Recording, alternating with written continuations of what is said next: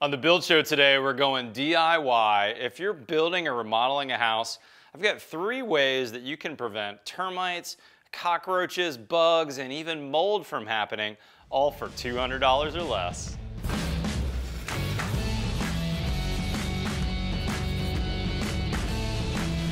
On the build show today, we're coming to you from a remodel project, and I'm going to show you 3 ways that you can prevent termite damage, cockroaches, small bugs, and even mold from happening with just 3 steps. And all this is going to cost about 200 bucks for a standard size remodel or house. So let's get going. We're going to be talking specifically about 3 different products. And the bulk of the heavy lifting is going to be this right here. This is called Boracare. We're going to get into that in a second. We're also going to be using some boric acid, and this is going to be specifically for cockroach prevention. And then we're also going to be using some caulking. Now there's a bunch of different options on this. We're going to get all that later, but all combined for this 1,500 square foot remodel we've got going here, we spent about $200 in supplies, so this is pretty affordable.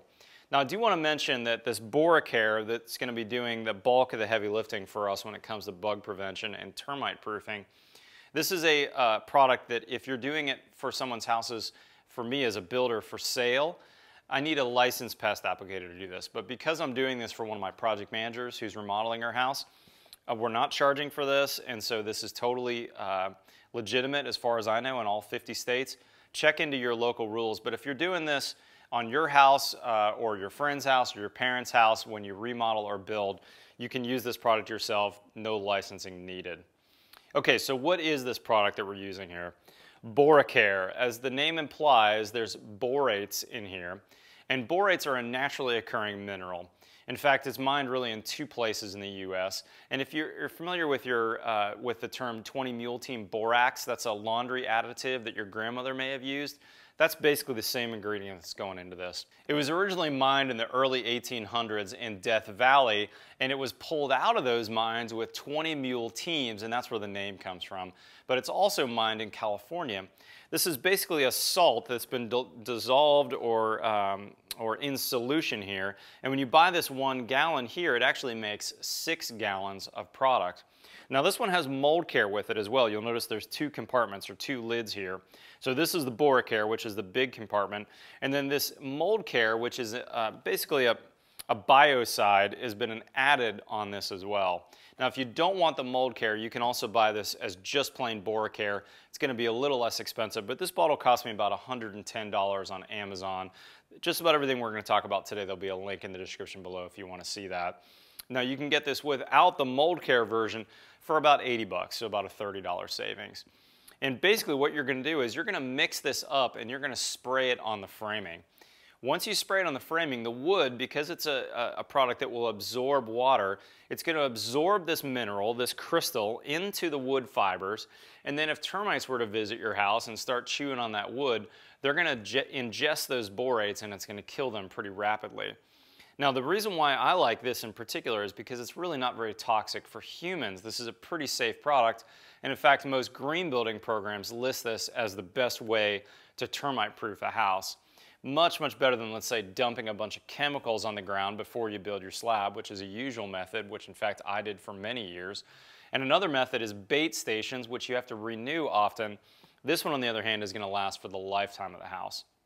So let's spend a few minutes on how we actually did this process on this house. I want to give you some of the specifics and show you how easy it is.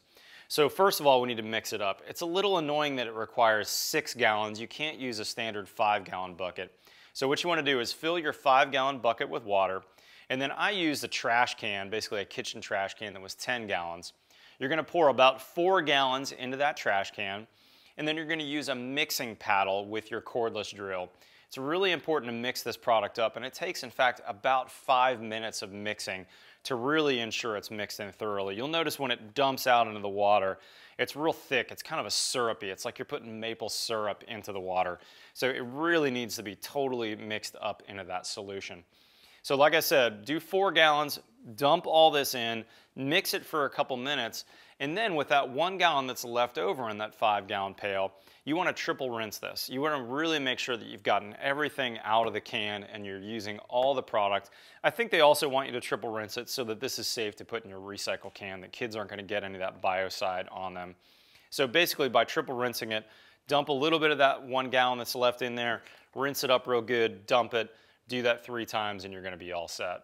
Now make sure, like I said, you go 5 minutes in total, and once you do that, you're ready to go. Now let's talk about PPE, personal protective equipment. If you're just using regular borer care without the mold care, there's really not a lot you need. Long sleeves, long pants, they recommend you put gloves on and you have some basic eye protection, but it's pretty inert, pretty safe product, not a lot you need. If you're in an enclosed area though, you do want to use a respirator. Now because this one has a biocide, I took a little bit more precaution. I wanted to be really safe. I put a Tyvek suit on, basically a full body suit. I've got boots on. I've got full glove protection. And now I'm going to use more like a splash goggle, like a chemical resistant goggle. I don't want any of this getting into my eyes. Now I didn't wear a respirator because I'm in a big open stud area. If you were spraying this in a crawl space, for instance, and you were spraying up at that framing, or let's say if I wanted to do this whole ceiling area, I would certainly recommend putting a respirator on, or maybe even a full face shield. You wouldn't want a lot of that coming down on your face. But here's the process. Once you've got it mixed up, you can use a pump sprayer, and there's a couple options out there. A really cheap option if you're just going to do this one time is probably a $15 1-gallon chemical resistant pump sprayer. But for 40 bucks, you can get a 4-gallon backpack sprayer. I happen to pick this one up on Amazon for $40. It's a Roundup version. I think I'll use it in the future, so this was a good buy at 40 bucks. And now I was able to dump 4 gallons of the solution in. Once I had my PPE on and I had the solution in my backpack sprayer, pretty simple process. We're basically going to coat the entire house 2 feet and below. That's really for termite protection. The termites are going to come up through the slab and any cracks you might have, through your basement if you have a basement house. They might tunnel on the outside of your house up until they hit some wood framing. So we really want to make sure that we get everything 2 feet and below soaked. Now you can do this in a variety of ways, but basically the way I like to do it is I want to picture frame each one of the stud bays. This house worked well because we had a 2-foot sheathing break. In fact, we use the method that I like, which is where we use pressure treated plywood at the bottom. And so that pressure treated plywood, we're good. There's not going to be any termite damage there. But we want to make sure the studs for sure are well coated. And because this is the mold care product, I want to go higher in anywhere that there could be any moisture. Areas where we've got plumbing in the house, where we've got bathrooms, I'm going to actually go up to the 8 or 9 or 10 foot, whatever the plate line is, and coat the entire stud, the entire sheathing. What this is going to do is it's going to put a protective film basically on that wood. And of course we've got the termite treatment because it's going to soak up, that borate is going to soak up in there. But the biocide is actually going to help that wood that if moisture happened, let's say we had a water leak, we had a window leak, it's going to make sure that mold won't form on the stud surface. Now you can actually use this on the back of your sheetrock as well. Let's say if you're doing a remodel like we were here, we had some areas that sheetrock was already installed. We're able to spray the back of the sheetrock. Anything that's cellulose based, which is basically wood fibers, we want to spray that and treat it and protect it. If you really were mold sensitive or you're really worried about mold, you could actually even treat your drywall before you installed it. You'd want to do both sides and you want to let it dry before you install it. But if you really had some mold sensitivities, that could be a way to go as well. Spend some time, especially in your bathroom areas, paying attention to making sure you get it on the concrete slab or whatever is your subfloor by at least a couple inches. Pay attention where you've got hold down bolts, where you've got electrical wires, all those sorts of things. We want to make sure everything gets a really solid coat. You don't want it running off. If it's not soaking up and running off, that means you've gone too heavy. But I did use the red spray tip on this, which is the high flow spray tip. Don't use the low spray tip. And on this remodel, like I said, it was about 1,500 square feet. I was easily able to coat all those areas with the 6 gallons. And in fact, I had a little bit left over. Now, if you've got some left over, you're going to dump it at the end because you don't want to hold it in your tank overnight. It's going to start to crystallize in the tank. It's going to ruin your sprayer. So just use what you need at the time, buy how much you need, and use it all in one application, in one setting. And remember, you want to keep the house dry after that. If this was an outdoor area, let's say this was a shed or maybe a pergola that was going to get wet, eventually that water is going to leach it out and it's going to lose its effectiveness. But because this is a framed house, it's been dried in, as long as this house is kept dry, we're good to go. Okay, number 2, now that you've got the boric care with mold care on the house, the second thing that we're going to do is a borate acid treatment. Now this is really for cockroaches, and you're going to use this anywhere you've got voids in the house. And I typically would wait to do this maybe until insulation is installed, but in this case the insulator hasn't arrived yet. So we're going to run it in all the places that we know we can hit now. Underneath all of our tubs, I'm going to put it at the base of all of my interior walls.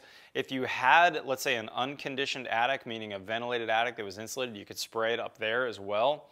Anywhere that you might have cockroaches or some area that's a void in the house, that's a great place to put this boric acid. It's going to keep the cockroaches at bay and kill them. And again, it's totally safe around kids and pests. This is a naturally occurring mineral. All right, the third and final step, and really a very critical step for all the other pests in the house, is to do some air sealing. And one area that I found that's super leaky on houses, especially southern US houses, is the connection between the framing and the slab. All right, now if you're a pro like me, you're going to use a product like this. This is Tremco's Dimonic 100, and you may not have seen this before. This is a sausage tube, so you've got 20 ounces in here, and you're going to use a sausage gun that when you're finished, very little waste from this left over. This is a particularly good product because of its movement ability. You've got a ton of joint movement, and this product is going to move with the house swelling and shrinking over time and make sure it doesn't break its seal. But most homeowners, do-it-yourselfers out there, are going to have just a standard caulk gun, and that's why I'm going to recommend for this video DAP's Dynaflex 230. This also has some ability to flex and move, and what you're really trying to do is seal that joint between the concrete and the wood framing. You know, as you look at the house from your 6-foot height down, it looks really tight, but believe it or not, there's a lot of air leakage in that area, and anywhere that air is going to leak in your house, that's a really good inlet for bugs. Remember, the air that's leaking in or out may be cold in the summertime and attract those bugs, or maybe warm in the wintertime when those bugs want to get in there. So this is going to do a world of difference for your house, both from energy efficiency and from standard bug proofing. This is ants, this is cockroaches, this is all those little things that might get in there anywhere air might leak out. Thanks for joining me, guys. If you follow these 3 steps on your next build or remodel, you're going to make a big difference on the longevity and durability of your house. You're going to prevent termites for the lifetime of the house. You're going to keep those cockroaches at bay. All those other little bugs are going to be prevented from getting in your house. And as a side benefit, you're going to have some energy efficiency boost, and you're going to make sure you don't have mold growth in the case of some water leaking in. Everything we talked about today is going to be in a link in the description below. And if you're not currently a subscriber, hit that subscribe button. We've got new content every Tuesday and every Friday. Otherwise, we'll see you next time on The Build Show.